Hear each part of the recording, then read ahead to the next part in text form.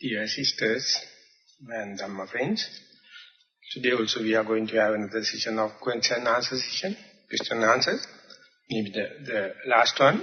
So, appear to be some written questions are already available. So, I invite Dila to present it. Meanwhile, cordially invite if there are any other questions, statements or topics available to present it. Meanwhile, we start with the already written questions. Garu Swamin Vahansa, my primary hindrance used to be sloth and torpor. After listening to you and following your advice, I have succeeded in overcoming sloth and torpor to a great degree. Much merit to you, Bhante. Now I find that my meditation is mostly disturbed by many thoughts without a thinker, and also a lot of thoughts that lead to prapancha and karma. I am struggling to let go of thinking thoughts, but this is very difficult. Please share your insights on preventing thoughts from hindering our progress and advise me. Much merit to you, Bhante. So the sloth and torpor and this kind of thoughts are the two extremes. If the mind becomes too much energetic, go for wandering thoughts and going outside and keep on wandering. Then there is lack of energy, it comes in and fall into sleep. So we have to invite again the sloth and torpor so that wandering thoughts will be finished. That's the only way. All the other parts. So you have to understand, without two, you can't get the balance. We are extremists. We hate sloth and torpor. Immediately it will come up and give you dispersed mind, wandering thoughts. And then again you have to ask the sloth and torpor to come, balance it. And that is why don't throw away. Keep it that you have the hand stretched. Whenever necessary, you have to use the match tools. Nothing is excess in this world. Only the balance. So how to use them in a synchronized manner, in the balanced way, is that we need not anything extra. Available thing only, the balancing is the matter. So therefore when their thoughts, too much thoughts happen, and even if you understand they have no much of content, they are not trained thoughts, they are not chain thoughts, they are here and there pieces, it is an indication that I am not dead, I am not sleeping, I am not unconscious, because thoughts indicates a kind of a lively openness, awareness to the present moment. So when it is unavailable, you fall into sleep. You can say then you miss the bus. The best is to have a combination of the balance, have certain amount of thoughts, never mind, have a certain amount of sloth and torpor, that means disinterest to the object may be represented in another way. So balancing these two, going to give yet another kind of atmosphere, combination. It is not that 1 by 1 divided by 2 is 1. It's a kind of a balancing. So, further when you go in there, the hatred and the desire. Both of them are counterpart each other, or antidote each other. And elated mind and disappointed mind. These are the three things usually you have to wrestle, as far as you have to keep the balance on the tightrope walking. So they are not permanent states. They are some fluxes. So when and where one thing happen, another time you may get another one. There is no such a hard and fast rule. So therefore, when the thoughts happen, the walking meditation give a completely different combination rather than in sitting meditation. In the walking, the impact of the soul on the ground is more gross, more obvious than the breath. So therefore, while you are entertaining thoughts, still you can find the left leg and the right leg. More and more you pay attention to the primary object as such. In the walking meditation, you find the thoughts are there, not much inflicting problems. So you can still maintain and you can understand, you can walk on a carpet of thoughts. You are walking on the carpet of thoughts, but still you can be aware of the left and the right. Once you develop this kind of acquaintance, or not to worry about the thoughts, same you can apply to the in-breath and out-breath. There are some thoughts, but still here and there, they can't make a wall. They can make a network. Through the network, you can see the in-breath and out-breath. Or sometimes, while you are observing in-breath and out-breath, as if there is no distractions, but still you may find that this kind of passive thoughts are at the brim, at the edge. So these are all the time available. So it is not a problem. But the thing that we make a reason to be worried, get the worries to the mind, then mind energy, the enthusiasm goes down. But these things are not to. So therefore, for a person who do not know the tactics, become lethargic and disappointed. But if you know the technique, this will be a real challenge. And when and where you overcome it, your mind go to another episode, another energizing situation. So therefore, don't consider them as permanent blocks. You have to use appropriate technology. Venerable Bhante, please elaborate on what you mentioned in yesterday's Dhamma talk, the following. There are two questions. Manipulation of the breath as something done by the meditator. The second question, and walking meditation is more realistic as it has a yield gap. The sitting meditation you do in a meditation hall, and you can do it air condition and no mosquitoes, no flies, all the kind of thing. So therefore, situation is more conducive for the concentration to happen. And there you can see the subtle breath, even though it is very subtle, since the outside variables are fixed, you can focus. So it is like a laboratory experimentation. The plants are growing under the maximum humidity, maximum sunlight, fertilizer and labor.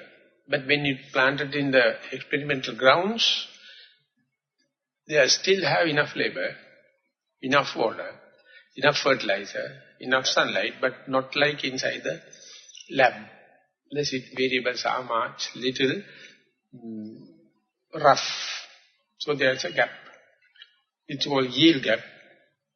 And from the experimental ground to the skilled farmer's ground, there's another gap. From the skilled farmers to the common farmers, there's another gap. So likewise, there are a lot of yield gaps. Likewise, in the concentration-wise also, in the sitting meditation is much, much more conducive for the concentration. But in the walking meditation, you won't get much. But gap is understood, because too much of variables are working. So therefore, you have to understand the walking meditation is not for concentration. Still you get a certain amount of concentration, but due to the other loose and variables, it is being challenged. But it is a treatment. What is the first question asked? The first question is manipulation of the breath as sometimes done by the meditator. So you go for forced breathing in order to make it conspicuous. That is not done. That's not asked for. And so some meditators are frightening when the breath becomes subtle. So in search of a gross object, they use to for manipulations. Forced breathing, and they ultimately end up with headaches and kind of things. So that is not invited, not done. Today you mentioned about jhanas, and it shows you will only be addicted to it. Therefore, I feel we are wasting time doing it. Bhante, please explain to us what one has to do once the breath has disappeared and you master it for some time. There are three questions. Can you do vipassana without going to jhanas? Number 2, is it wrong to direct your mind to space? No, I don't meant for that jhana is always for the addiction. General tendency is there, but you can really use jhanic experiences, concentration, well within the vipassana. That is called samatha purvanga vipassana. So therefore it is not a, you can't make a general statement that in jhana is always leading to addiction. So even the cocaine leading to addiction, we can use it for anesthesia for a skillful doctor. No problem, cocaine is a medicine. But you can misuse it. So therefore, it is not given over the counter unless otherwise skillful doctor is, situation is under skilled doctor's condition. So that is what, so you can't do away with, that does only indicate cocaine has to be eradicated from the world. So jhanic experience much used. But if you know its flaws, it's dangerous, and so therefore nothing to develop any antagonism towards the jhanic concentration, not to develop any phobia or allergic reaction to the jhana. If the jhanic condition is there, definitely you will be well and good. But you must understand its flaws. And the second thing is when the breath is becoming subtle, always asking what to do, I am asking not to do anything.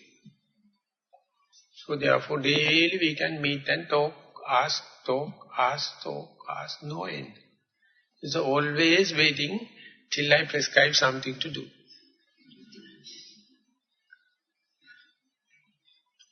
I am not an agent for that company. So I say, Summairi. Nikaitapang. Just being. So impossible. That is why always that whenever the mind become calm, you want to do something, some kind of a activity, some kind of a turmoil, some kind of a coloration, some kind of dramatic nature. So that is for the defilement. So with the proper discipline and restrainment, when everything calm down, you must facilitate to keep it as long as possible.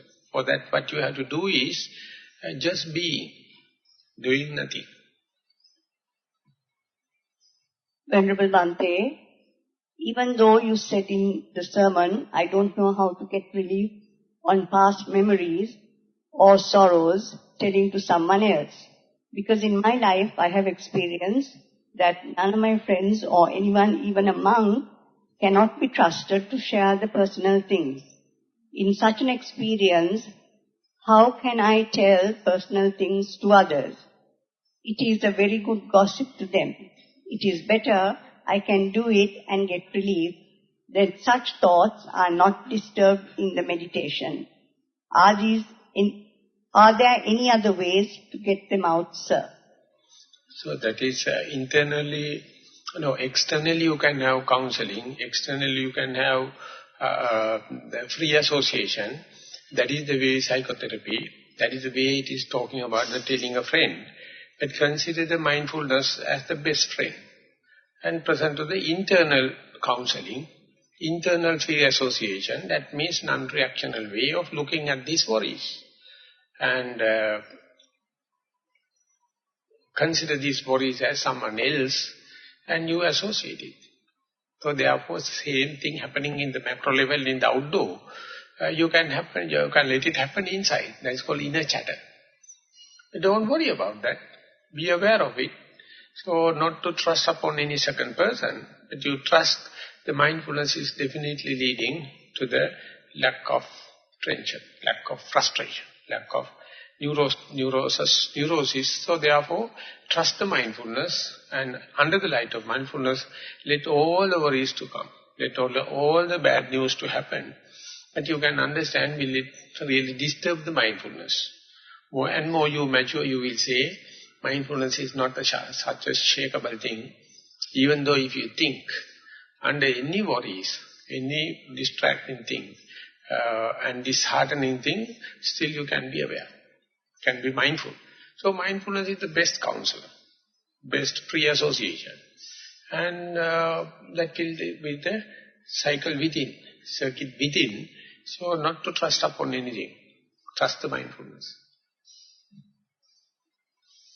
Bhante, in your daily schedule, book on meditation, it says, relating to walking meditation, your arms must be as if tied in front of you or behind you. I tried this position. I find this position uncomfortable, so I keep my hands by the side. Can you please tell me, Bhante, why do you encourage to lock the hands in front or back? Any special advantages? No, if the person can explain what is his or her experience in the walking meditation with this locked hand in the side, through that terminology, through that experience, I can explain. No, I am not asking uncomfortability. I am asking you, how is your walking meditation experience? It's good, but I can concentrate. But when I try to lock my hands in the front or the back, it gives too much of pain after a while.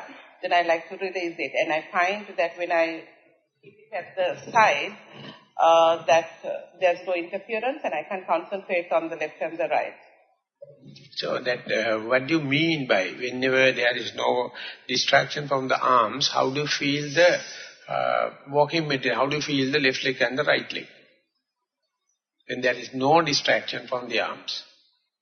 I can concentrate on the left and the right leg. I'm not worrying about the concentration. I'm asking you experience. How do you feel when you feel the right leg and you feel the left leg? Are you referring to the sensations, Bhante? Yes, I do feel the sensation.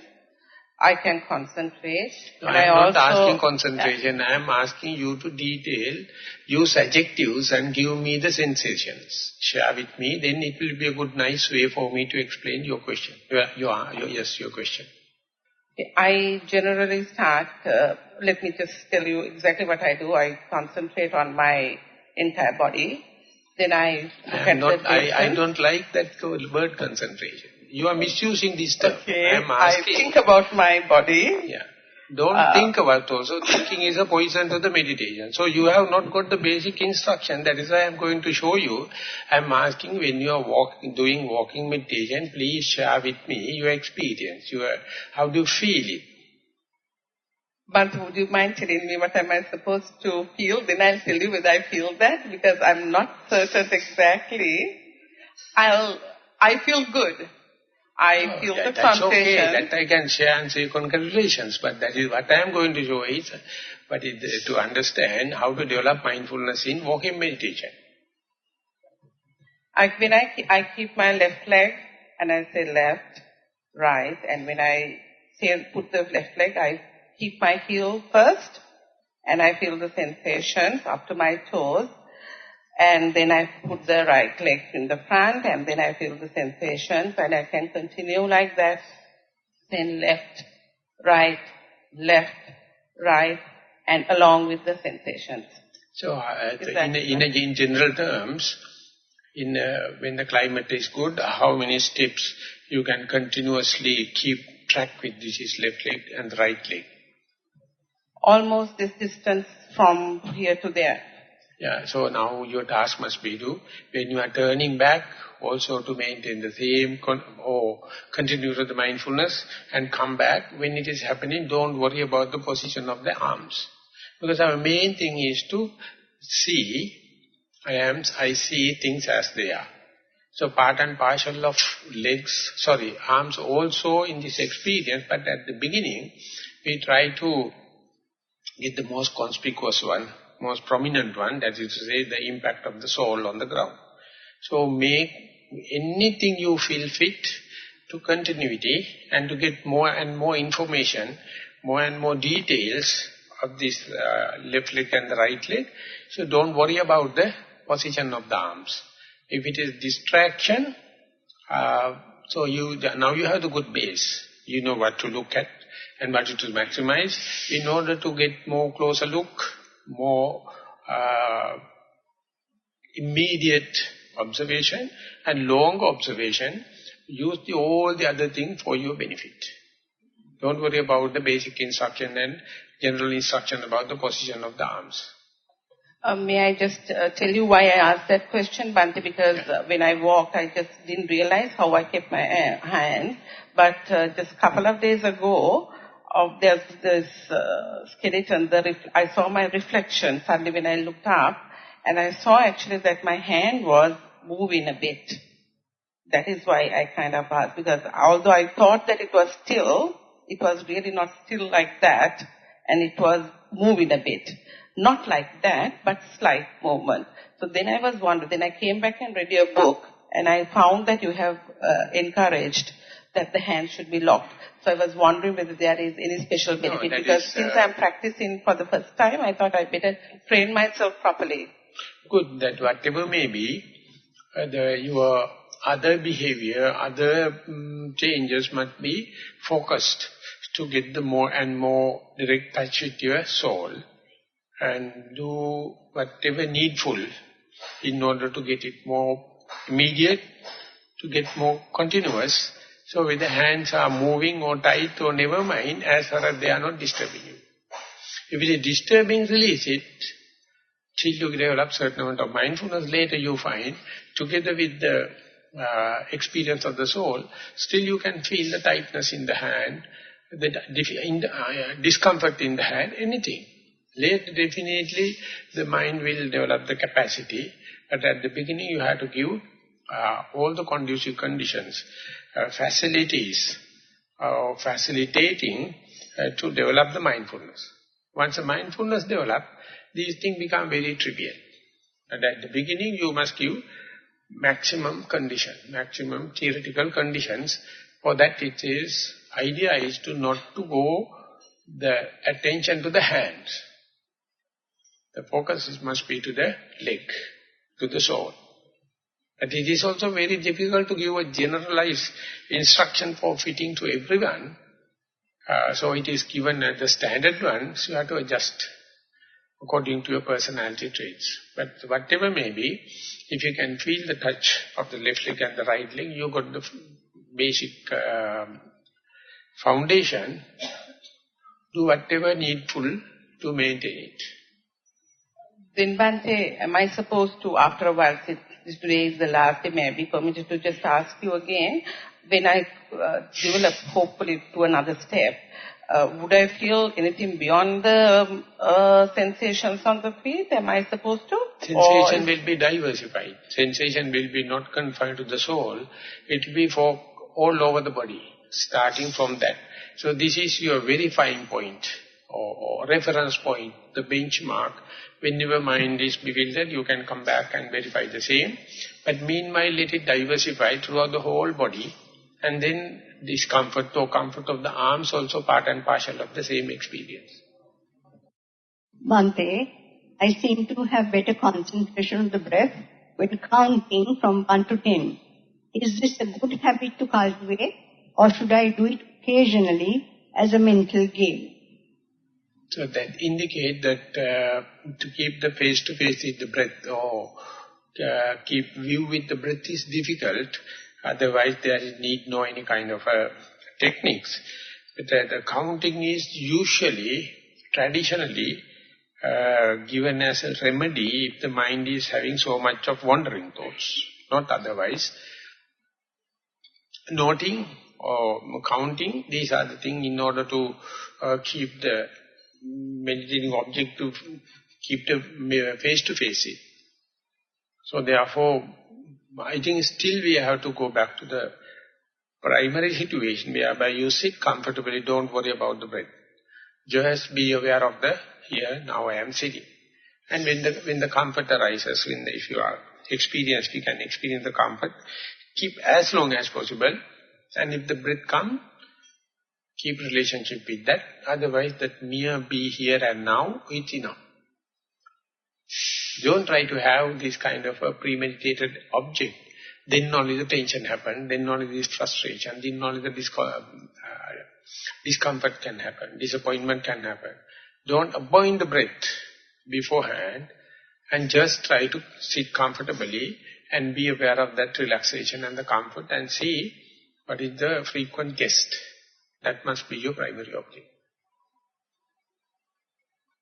With great respect, Venerable Sir, the way I have understood, one goes up to the first jhana, to the fourth jhana. This is to strengthen the power of concentration. Once reaching the fourth jhana, you come back to the first jhana and contemplate on the drawbacks of it. That is to say, the unsatisfactory nature as described by you, and also the impermanence. I understand that the vipassana aspect, gratitude and metta. No, this is not the accepted method. From, if you are following a thorough master who has done with jhanic experiences and helping others, this is from the first jhana to second jhana, the advancement has to do, you have to do mastery for 1001 time. Each time you have to understand the disadvantages of the first jhana and the advantages of the second jhana. And then only you are going for the first, second, third.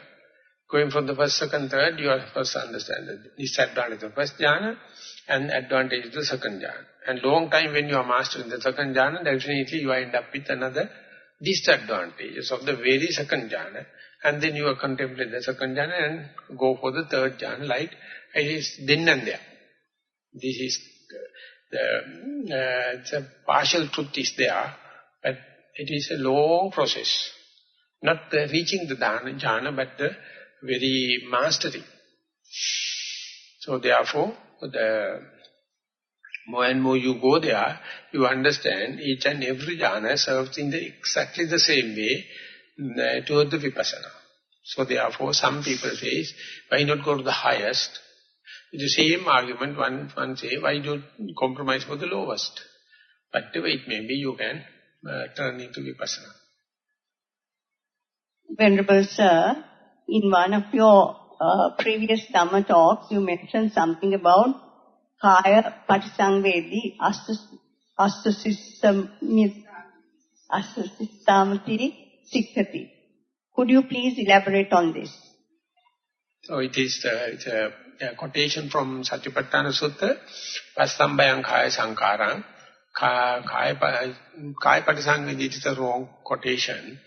You have Chitta Patisangvedi, or otherwise Passambayang Kaya Sankarang. Therefore, as far as this is not there, I don't know whether it is related to the body or which is to the mind it is referring. As far as the body is concerned, this is not how to call precise quotation. So therefore that I must have a, how to call the precision little bit. Then we can go, otherwise it's a huge area to expand everything. Venerable Bhante, Vitakka Vichara are thoughts only related to primary object? Anapana, Ante. The next question, what is Yoniso Manasikara? The Vitakka Vichara can be anything, good or bad. Vitakka means applying thoughts and Vichara means discursive thoughts. So whether it is taking the defilement or any other meritorial thing, never mind. Therefore, Vitakka Vichara is, its technical function is to applying the thoughts. It's a good or bad. Yoniso Manasikara is usually translated as wise reflection.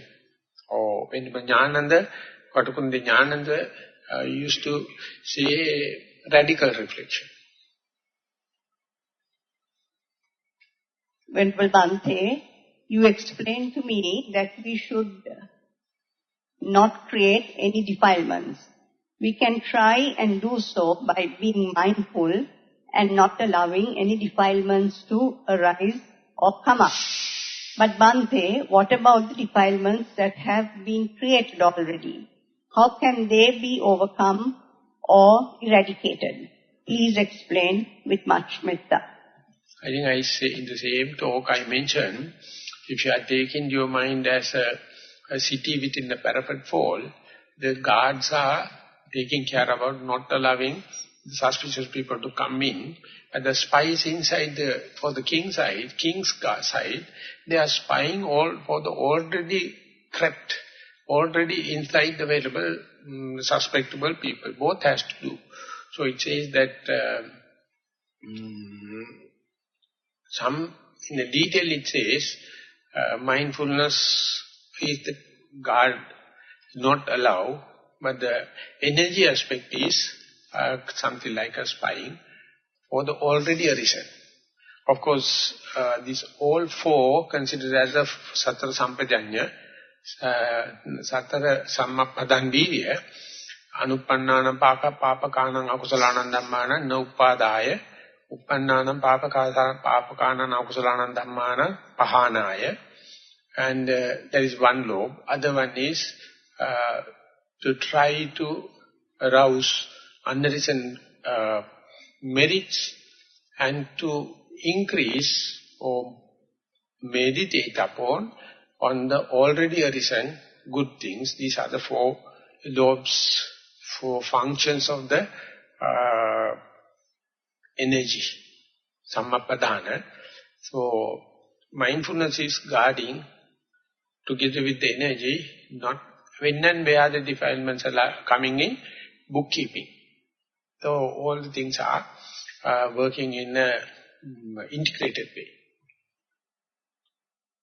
Most Venerable Bhante, in sitting meditation, when I close my eyes, I see breath as a primary object. Initially I see long breaths and then short breaths. I have been meditating for more than 3 years and I haven't noticed coolness, hotness, or whether breaths come in right nostril, left nostril, etc. However, the breath becomes subtler, vibrating, and then disappears. In most occasions thereafter, I am in a state of fair concentration where I can't notice anything. In this situation, my hands get locked and I feel that my total body is stonified. Generally, I tell myself that I may be able to meditate till a particular time. Most occasions, my hands get unlocked at the very time where I want to finish my meditation session. There are 2 questions. First one, should I try to observe breath more closer to see other finer attributes which I haven't observed? That occasionally can happen, and you also can do this penetrating and analytical and dissective kind of thing. But definitely, if you are going to overemphasize it, your very concentration will be damaged. So therefore, it has to a certain balance. But even without that kind of creative or conscious drive, naturally, when you are acquainting another person, more and more develop the acquaintance, you come to know his or her likings and dislikings, personality traits. So therefore, familiarization definitely leads to more nuances, more shades of meanings or different characteristics, natural characteristics. So time will solve. The second question, as per my experience, Anupassana is where the object is materiality. Vedananupassana is the feelings I get, which I'm focusing on primary object, while I'm focusing on primary object, and also in the state where I don't feel anything. Chittanupassana, is it the thoughts we get during meditation regarding our experience? Dhammanupassana, is it the ability to see 6 elements which I was not yet able to observe, although I acquired a very good theoretical knowledge from your Dhamma talks, with much merit to you. No, if you take little time to study the Satipatthana Sutta, the Majjhima Nikaya, very categorically Buddha says authentic meaning of the Kayanupassana, Vedananupassana, Chittanupassana, Dhammanupassana. This indicates some kind of the access, some kind of introduction. Take little time and learn it. study it, and then you can understand theoretical maximum, and you can understand how much you can cooperate it or connect it with your experience you have. That is the way you have to help each other reciprocally. So, in the inner talk, specifically this is not based upon the Satipatthana Sutta. We are not giving the full coverage to the Sutta. But one has to take on time to study it. You can have in the English medium. I should say Bhikkhu Bodhi's translation is very good. Or otherwise you can go Sinhala one in the Buddha Jayanti. Or whatever may be, you have to take little time, sit and study. Then you can get the 100% authentic the words of the Buddha. Garu Venerable Dhammajiva, when I do Anapanasati and bring my attention to the in and out points near my nose or lip, my attention gradually shifts to my diaphragm, expanding and contracting. My goal is to become an arhat and get liberated from this samsaric journey as soon as possible. To achieve this goal, which is better and more effective, the in-breath and out-breath, or the rising and falling. Please advise me on how I should progress, Bhante. Much credit to you and everyone who has contributed to this retreat success. Whatever may be prominent one, whatever may be more appealing one, is the answer. Not the theory, your own under the nose you experience. What is happening very conspicuous, what is happening very obvious, that is the path. Yata pakatang vipassana biniveso, that is the phrase the commentators has given. Whatever may be prominent, indicate this is your soft end. This is the starting point. Venerable Dhammajiva Thero, this question is about the difference between body swaying and body vibrations. Often when I do Anapanasati, my body sways gently. Usually this happens together with my heartbeat or pulse, and sometimes it is with the breath, which is slower. Does this swaying reflect energy, or is it merely a nimitta? Occasionally I experience vibration, especially of the diaphragm. In terms of vipassana meditation, is there a difference between the body swaying and the vibrations? Please explain the difference and advise me on how I should proceed. This is also just like the early question. The earlier question talk about two objects. This talk about the different depths of the experience. So even though it is everything available, your mindfulness and the concentration decides the depth. So therefore, see what is very clearly observable, very appealing, and then you can understand it's a different layers, same thing happening. The Buddha says that in the deep sea, the uppermost area is shaken by the waves, the lowermost area is shaken by the fish, but the middle area is very calm and quiet. Exactly, if you take a mind, comparing with the epithet of a water body, everything is there. The shaking part, the calm and quiet mind, everyone. So according to your mood, you plug into, if you are agitated, you plug into the agitated area. If you are calm and quiet, it plug into the calm and quiet area, but all the time everything available. And the thing is, whatever you plug in, you exaggerate. You amplify it, ultimately, so much so you can't see the calm side whenever you are in agitated form. So therefore, mind state is almost the same. But where you get plugged in, depend on your likings and disliking, your moods or your personality traits. So you, even if it is plugged into the wrong place, you consider this is a possible combination, but this is not the complete potential. There are a lot of other ways and means. So let the mind to go and plug in different places. Day by day you will see, if you let the free plugging in or free association take place, slowly it is diversifying, going to different places. But only blockage is your likings and disliking. You refuse some areas, You accept some areas. You are happy with some connections. You are unhappy with some connection. That is why you can't experience the totality. But the totality is already given, already an endowment as a human being. But sorry, because you have brought up under certain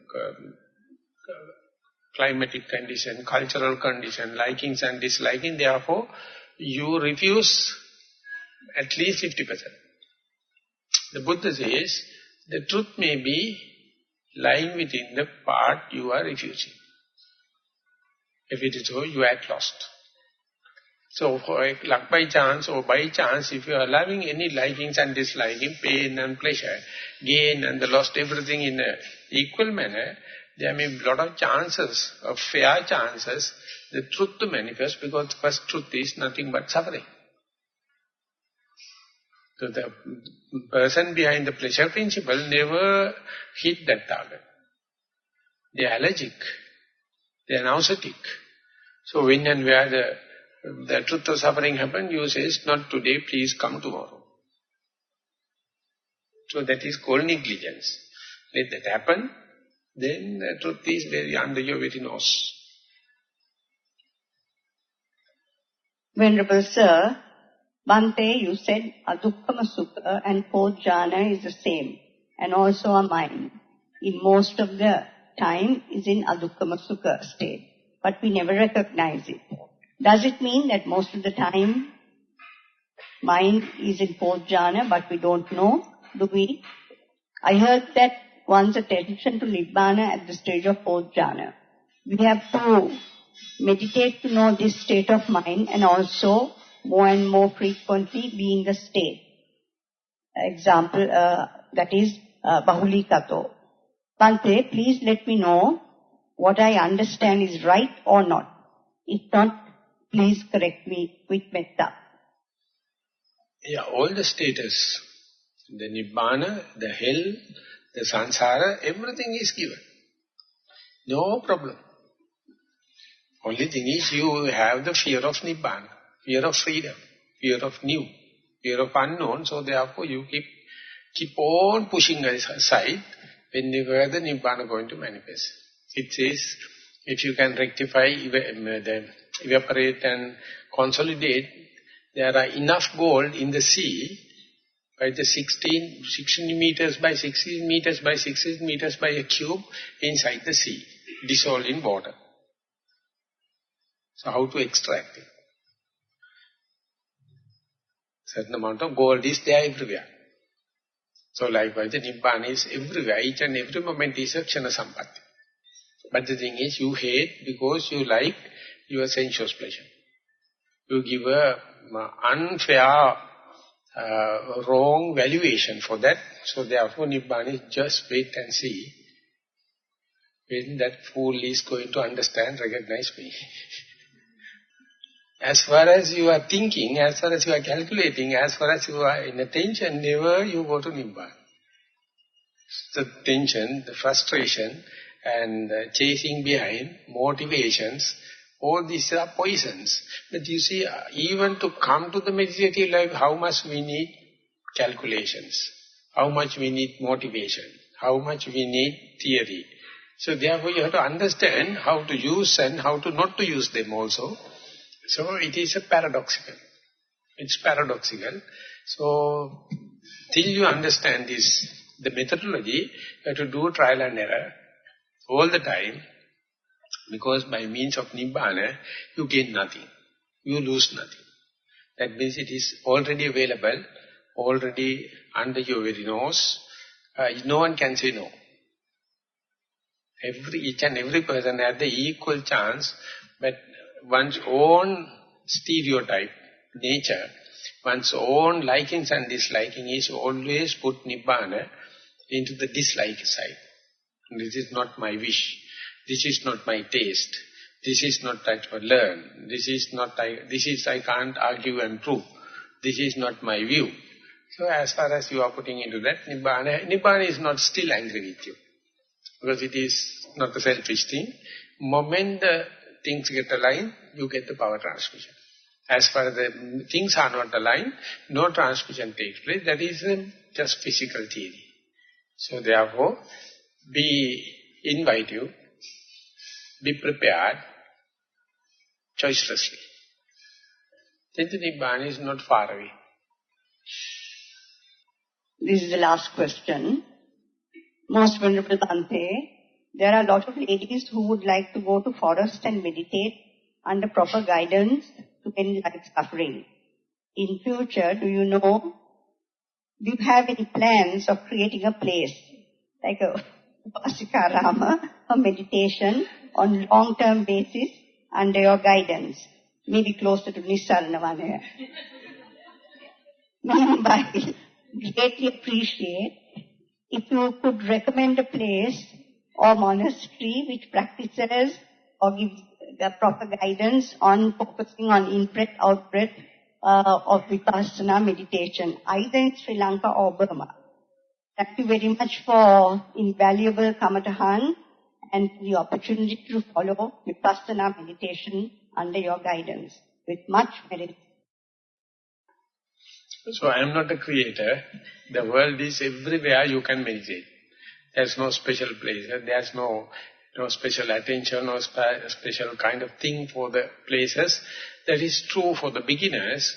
But mind you, all the leeches are waiting till you come to the forest. All the serpents are waiting till you come. All the monkeys. So you are not going. You are asking the forest to come to your house. That is to the outdoor, in and indoor out. That is the architectural designs now.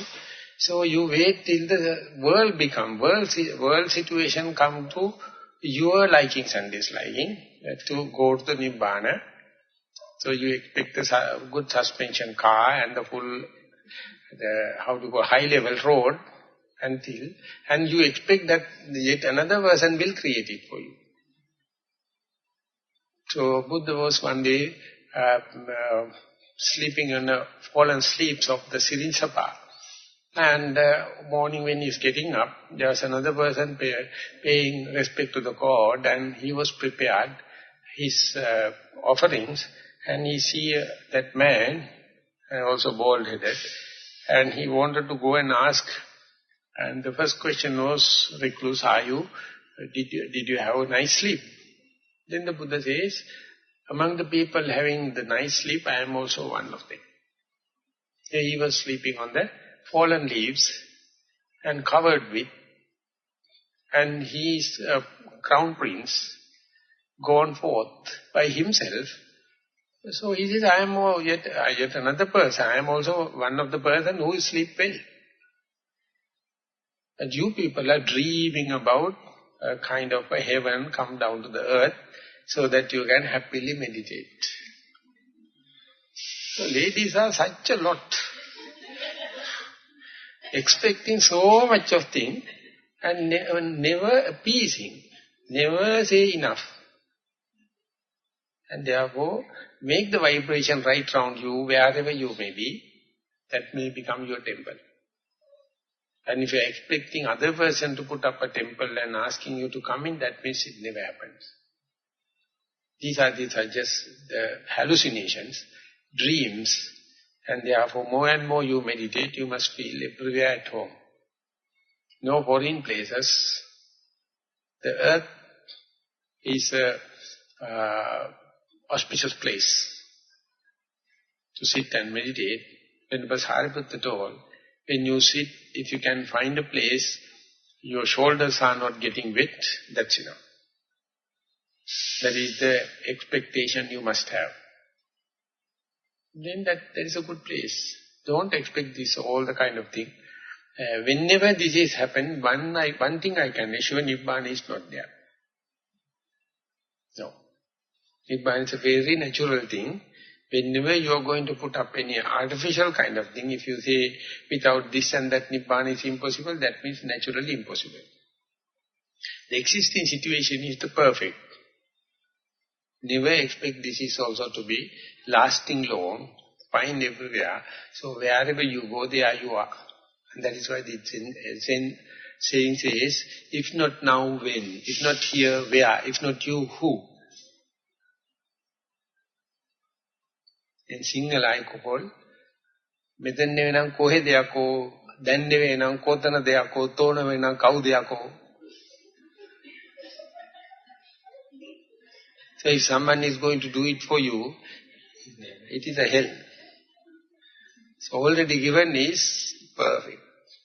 Still if you find it is not fitting, don't expect any omnipotent, omnipresent person come and create the dream world. Never. Bhante, as we got the question about walking meditation, I want to give my experience to you to see whether what I'm doing is right or wrong. When I lift the left leg and the right leg from the joint, hip joint onwards, I watch the vibrations up the sole, especially on the carpet. It's because there's a dramatic difference that the air elements, air element in the leg and the hardness on the carpet. I keep it continuously. I think about left and right when I touch the ground only, but watch from the beginning to the end. So this way I can watch it for a long time without wandering thoughts, because throughout I can feel the sensations of the whole leg. So I want to know whether it is right or wrong. Then I hope you are comparing, it is not confined to the soul. That's the point. Yeah. Never mind. That if it is related with the leg movements, not a hallucination, not a dream, any diversified situation is okay. Because my whole mind is occupied throughout the process, because from the beginning to the end, till the next foot, the next leg and the next foot. So I feel that my mind doesn't wander. No, that is not the point. The point is that as far as it says in the basic instruction, you must pay attention to the soul, that become a problem to you. It's just rectified. That as far as it is natural, as far as it is directly related with the left and the right, wherever you feel, no problem. But for the beginner, it says that to start with, it's a common general instruction, just see the soul. But it is not a restriction, it is not a hard and fast rule. Whatever you feel, it must not be an imagination, it must not be a daydreaming, that's all. So much so it is verifiable. Bhante, just a continuation from that question. When you do the walking meditation, now when you concentrate on the feet, left, right sensation. I am asking you to not use this term. When you contemplate, is that a better word than Bhante? You be mindful, you be aware. Mindful. When I'm mindful of the left, right and the sensation, then then perhaps sometimes you hear a sound. Now that is being, let us say there's a sound and then you are aware of that sound, then that amounts to once again mindfulness. But if you're not you're not being mindful of your left and the right. No, that still you can be mindful on the sound as far as you are listening. When you come back to the leg, you are mindful on the soul. So mindfulness is continuing, even the object is changing. So your position is that, okay, I get your point now. Right. So, Bhante, what you really say is that mindfulness, okay, at one point the object is the foot, the second time the object could be the sound, the third time it could be something else.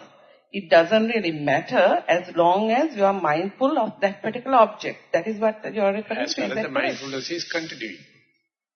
As far as mindfulness is continuing, what object it may be, never mind. Objects are, I would say, in a categorical way, the mindfulness in the uniform object and the mindfulness on the heterogeneous object, out of these two, the mindfulness on the heterogeneous object is much, much advanced than the mindfulness on the uniform object.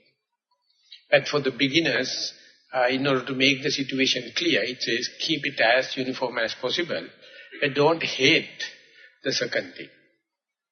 When the multiplication happens, diversification happens, see still under the east and every challenge, still if you can maintain the mindfulness, you see no end. No end. Anything you can get over, still you can be mindful, not only the walking meditation, not in the day-to-day activity, not in sitting. The posture and the objects are irrespective as far as you know what to maximize. Bhante, when you say maintain mindfulness, are you saying to the continuation of the mindfulness? Yes. Is that what you're saying? Yes, yes. Thank you. Most Honorable Sir, I'm asking this according to that defilements you explained, arising now, guarded with mindfulness, and arose previously inside the mind, that fading away with those meritorial deeds, I can't get it. How do it...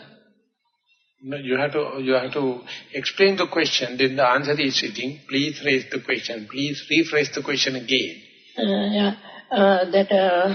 The question is, I don't know, I'm not wrote that question. I just asked that defilements arising now, we can guard with the mindfulness, then we can't, we can avoid defilements with the mindfulness, but arose previously defilements in our minds, how to get rid of those defilements. So you can put it this way. Defilements you can put into two ways. One thing, then and there arising defilements, other things already arisen defilements. Yeah. So for all this kind of thing, virya, the energy aspect is the one as far as the defilement are concerned. And after you done away with this kind of thing, yet another part, the skillful part.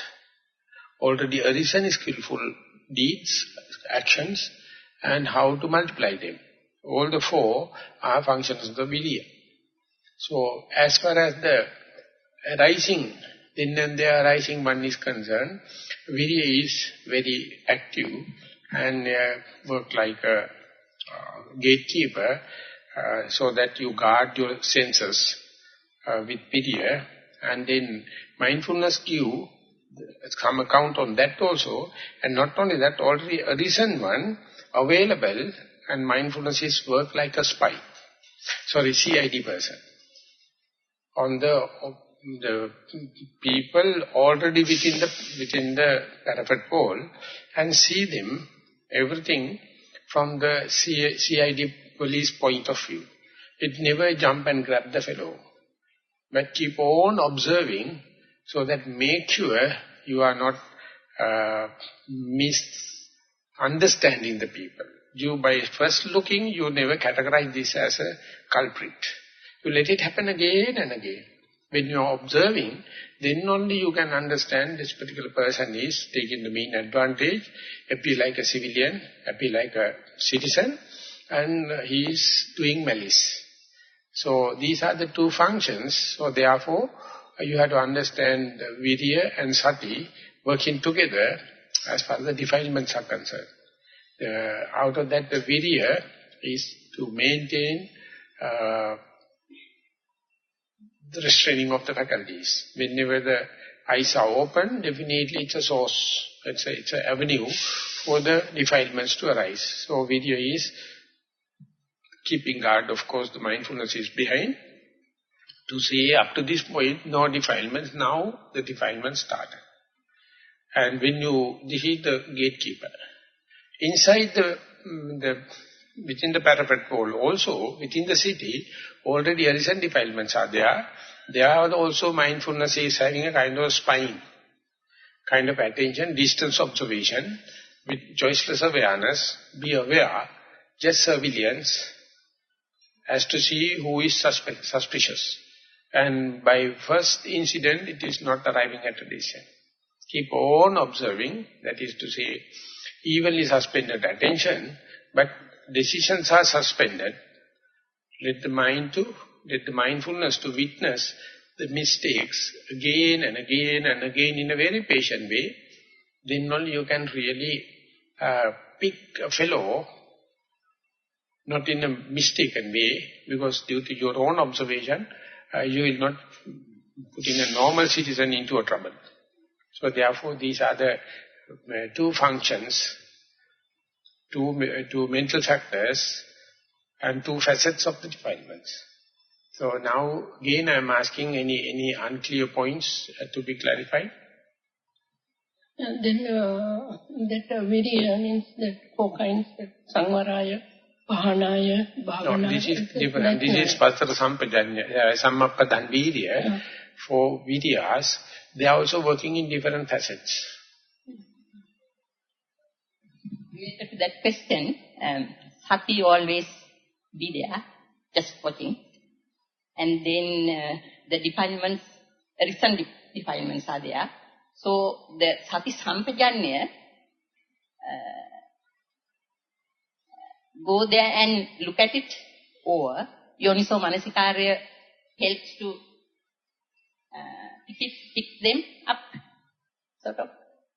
So if the Sati is going to give an authentic report, unbiased report, the Sampajanya and Yoniso Manasikārya is studying it. And what to do. We can't disturb the normal citizens. Have to pick the wrongdoer. How to do it. Of course, her question is that whether that removal of that wrongdoer is done forcefully, or you put the curfew into the country, whatever may be, but Sati is not responsible. Sati is giving a feasibility report, and the Sampajanya is considering, and it is also not rushing. And if you are rushing, again, the peace of the country will be disturbed. So you deal with that particular malice or recent defilement in such a way by exposing, exposing or informing the malice to say that you have recognized, malice cannot live. It's a given benefit for the yogi, the isolation. Whenever you are isolated, they can't live. So they are living, thriving is by camouflage, kite-cheating manner, by mixing up with the normal citizen. So it is hiding behind. So mindfulness never make a decision, but give enough information. You observe again and again and again and again, his or her behavior is suspicious. But mindfulness has no executive powers, it has no uniform, it has to go and report the police. Police has to come and grab the fellow. But even before, if the defilements knows that I am under the surveillance, they can't thrive. Then the Sampajanya and the Yoniso Manasikārya works like a police? Yeah, they are decisive, making decisions and comparison. Mindfulness is without any comparison, without a decision. So these are the two things get mixed up with the yogis, and they whenever the mindfulness going to observe things as they are rushing to decision with their theory understanding. Then it is mess up. Theory understanding is not necessary when you are going to step over a serpent. If you come to know 1 minute before, not necessary to inform whether you must run to the right side or left side. You run with the left leg or the right leg, starting. So it is a body knowledge. If you just know. But the thing is that people say, okay, I will be knowing, but who the hell is going to give, should I put the first right leg or left leg? So can you write technical writings to after seeing a serpent, you run to the right side or right side? Or starting with the right leg or left leg? And you must see the auspicious time when to run. So this is the two things. So Buddha says, you being human, just let the things as they are to come. Others will follow. So you are worrying about that unwanted endowment. You don't believe what the Buddha says. So think, I will, better not to look at the serpent. That is the best. But whether you look at or not, the serpent will bite you. So for surveillance, let you know 1 split second before, this is a serpent. So balance is up to the body. No one believe, they think that they should have a handbook or technical writing about after seeing the serpent what to do. Not necessary. Not necessary. So that is the part we earn as a human being.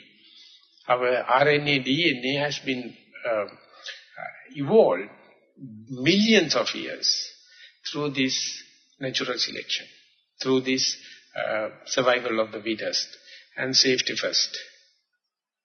So nothing to learn. Only thing is be aware or be prepared. Mindfulness is the one awakening you to be prepared, and then the balance would follow. Or sati, if it is leading, sampajanya naturally follow the suit. Even in the walking meditation, the last day... But others can't listen to you, hear you. Sorry. Walking meditation experience, because I put time here to do more, 2-3 hours stretch. And then sati is sharpening, and then lots of thoughts coming in, and it's like you said, the bed of thoughts. And then I'm walking there, I realized that my left foot and the right foot, and I'm going and just sometimes like flying. But I feel like my mind is widened, sort of, the spreading. I can't explain that, but I can feel sampajanya and yoniso manasikārya working there somehow. And sometimes I talked to Chandan also a little while ago, and then the lobha desha moha, so that means little, sometimes I don't know, I'm not doing, I'm not thinking, it's happening sort of, that related to those thoughts. So it's going on and on and on while walking meditation. It's that's what I wanted to ask you, sati, sampajanya and yoniso manasikārya. As far as you keep the mindfulness, this knowledge, this system is unhindered. It is growing. Diversification, capacitization, and immunity is developing. So as far as the mindfulness is not giving the peaceful atmosphere, it is the sampajanya cannot think about the progress. So therefore mindfulness gives the security, the peace of mind, and then the sampajanya need no any instructions. It is already there, but just like the country like Sri Lanka, earlier when we were in the civil war, you can think about the economic development. When the war is finished, once the peace comes, the security installed, the natural growth is there. Of course, the credit goes to the government, because they took measures to establish the peace. When the peace is there, growth is there. Thank you, Bhante. Here we have, yes? Sorry, Bhante, still about the question of the defilement. Because, thank you. Actually, I asked the question about defilement because, as said in my question, being mindful can help any arising of defilement or coming up with defilements as far as possible. Please repeat. Being mindful can help to overcome arising of defilement. But what about those already exist, so many of them? And how do I fix them, or how do I eradicate or minimize them? Or just knowing. So far, due to the ignorance and the darkness, you don't know. Now you know. So it is under the, you are thrown away all the muck, all the dirty thing under the sunlight. And now no more virulent bacteria. Only the saprophytic bacteria remains. All the other disease bacteria will die off. It is the power of sunlight. Sunlight is the most effective disinfect. So just like the awareness or mindfulness, whenever any defilement exposed, its inflicting nature disappears. It can't carry, it always need hiding. It always need perversion. It always need ignorance, the darkness. As if that when you are observing a film, if all of a sudden if the whole become full of light, you can't see the picture. In order to see the picture, darkness must be there. So exactly the way for these defilements to happen, the ignorance, negligence is a must. Just like a darkness in a film hall. They have already happened, but they are already a reason. Yeah. Even the reason, they are conducive condition. We are living in a very high, sensitive pH level. So now you bring back to the neutral level. So only the saprophytic can live. The specific germs need specific pH values. Our likings and disliking always feeding and keeping that range for defilements to grow. When you neutralize and come back to the 7, only the saprophytic can live. Others are very pH specific, time specific, space specific. Our likings and dislikings are the thing giving the conducive condition for virulent bacteria to grow. They can't live alone. They will start creating problems. Poisonous gas and the exudes, all the problems. Neutral layer, of course, even the virulent things that happen, the saprophytic bacteria are very active. They engulf everything and they grow. No problem. Thus exposed to the neutral area, we need not so much of calculations. By mere understanding one's own mistakes, if someone is going to tell you, you will be disheartened and you will ask privacy and all the problems. That very understanding your own through the light of mindfulness is a complete revolutionary. But even if it is happening, still we can entertain doubts. Still we have some lack of faith. Never mind. The evil will be bulldozed and rectified. Mindfulness will come. It's such a powerful mental factor. Let go because you are with the mindfulness. You take the mind. No, even just you will just happy because simply you are mindful.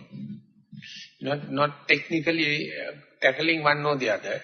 By keeping the peace, by keeping the freedom, by keeping the solitude, you know, now virulent bacteria can't live.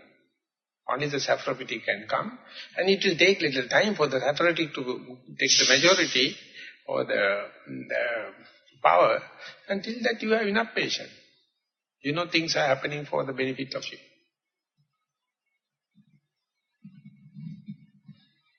Okay, now we have taken about 15 minutes more.